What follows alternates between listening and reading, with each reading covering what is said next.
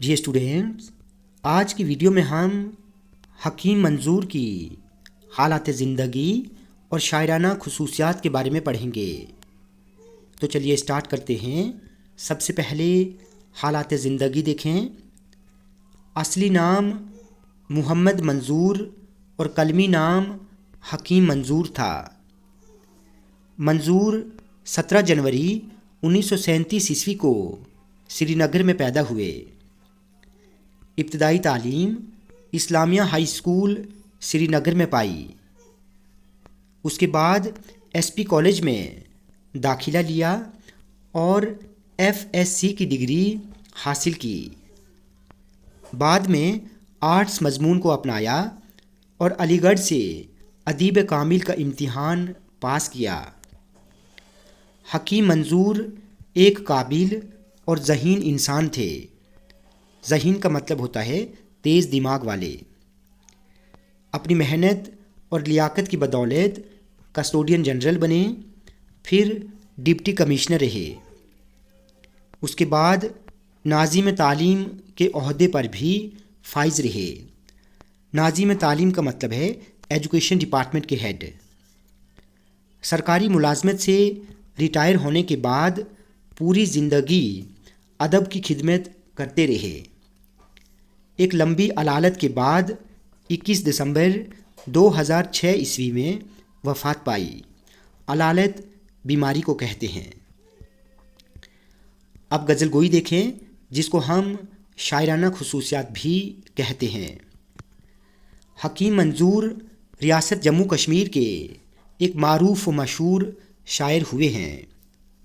منظور نے اپنی شاعری کا آغاز 1964 عیسوی کے آس پاس کیا۔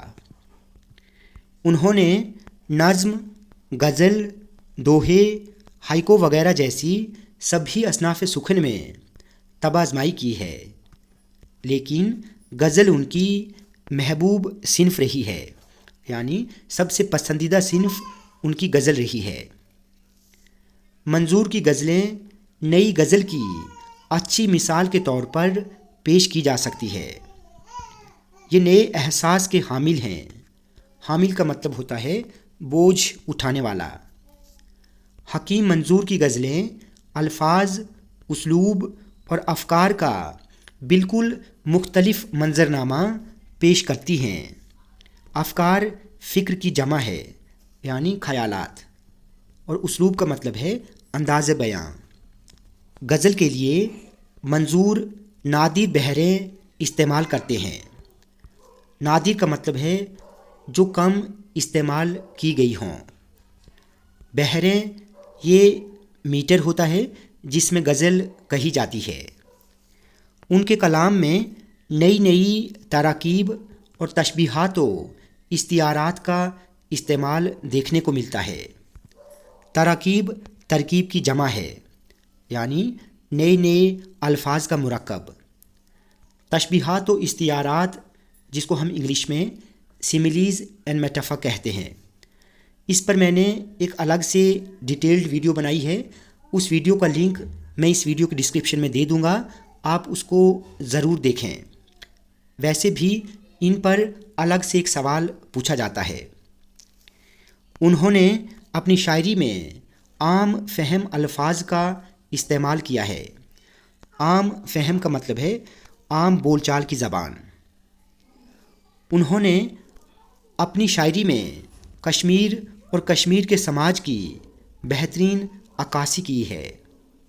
ان کے کئی شعری مجموعے منظر عام پر آ چکے ہیں، جن میں نا تمام، لہو لمس چنار، شیر آسمان، خوشبو کا نیا نام، برف رتوں کی آگ وغیرہ کا شمار ہوتا ہے۔ تو اسٹوڈینٹس، آج کی ویڈیو میں ہم نے حکیم منظور کی حالات زندگی اور شاعرانہ خصوصیات کے بارے میں پڑھا۔ اسٹوڈینٹس، ویڈیو آپ کو اچھی لگی ہو تو آپ پلیز اس ویڈیو کو لائک اور شیئر کریں اور چینل کو سبسکرائب کرنا نہ بھولیں۔